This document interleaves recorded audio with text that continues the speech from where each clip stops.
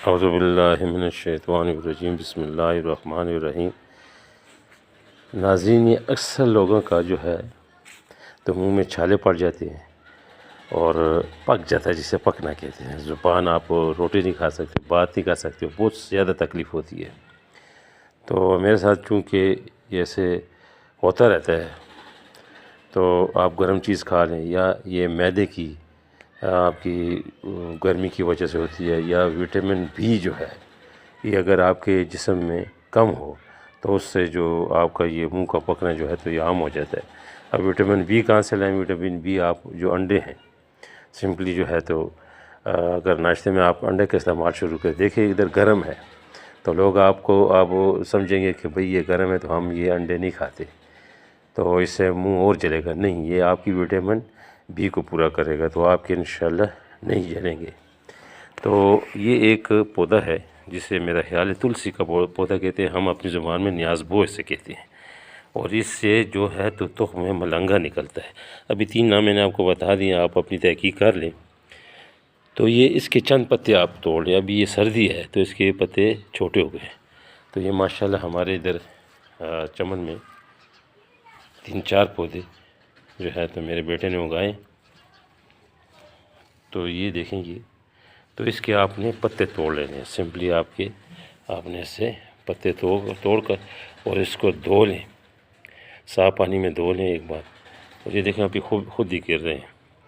इसको आपने सिर्फ चबाना है, और जो लुआब आपके मुंह में बनेगा जिसे थूक कहते हैं, तो वो आपने फेंकना नहीं है। 10-15 मिनट तक आप अपने मुंह में फिराते रहें। ये जलन थोड़ी सी करेगा, लेकिन ये है कि फिर उसके बाद आप उसको अपने मुंह को खंगालना नहीं है, कुल्ली नहीं करनी, तो आप उसको फेंकते रहें। तो 1-2-3 मिनट के बाद आपका मुंह जो है तो साफ़ हो जाएगा, और इंशाल्लाह ये जो आपका पकना है, ये जलना है, ये दूर हो जाएगा, ख़त्म हो जाएगा। तो ज़्यादा बाज़ार की जो मेडिसन है, मैं तो वैसे उसको बुरा नहीं कहता, लेकिन ये उससे आप इज्तनाब करें, क्योंकि वो फिर बात किधर से किधर निकल जाती है। तो जिन्होंने ये इस्तेमाल की है मेडिसन बार की और जो ट्यूब मिलते हैं, तो उससे सुनने में आया कि और भी ज़्यादा हुए। तो आप जो है तो सादा जो है ग़िज़ाओं के ज़रिए अपनी एक्सरसाइज को जो है अपनी रूटीन में लाएं, अपना एक हिस्सा बनाएं। दूसरी बात ये कि अपनी जो खुराक है उसको नाज़रीन आप मुतवाज़न करें। तो चूँकि मेरा इससे थोड़ा बहुत ताल्लुक़ है, ज़्यादा तो नहीं, लेकिन थोड़ा बहुत ताल्लुक़ है, तो जो मुझे लगा ज़रूरी चीज़ तो आपके साथ मैंने कहा शेयर कर लूँ, क्योंकि ये बहुत ज़्यादा तकलीफ़ देह चीज़ होती है।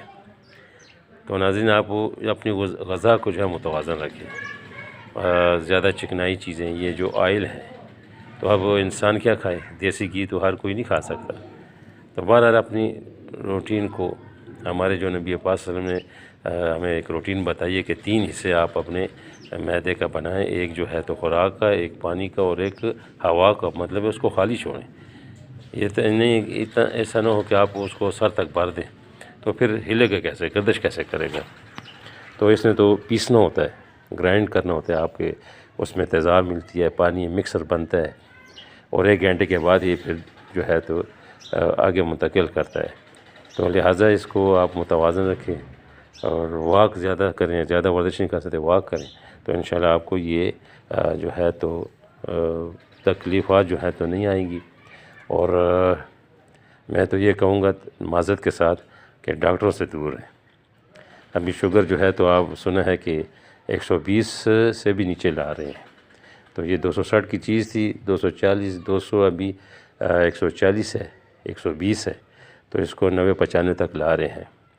तो आप बेहतर जानते हैं, मैं ज़्यादा नहीं कह सकता, यूट्यूब की पॉलिसी है तो किसी के पीछे बात नहीं कर सकता। बहरहाल आपने अपनी एहतियात करनी है।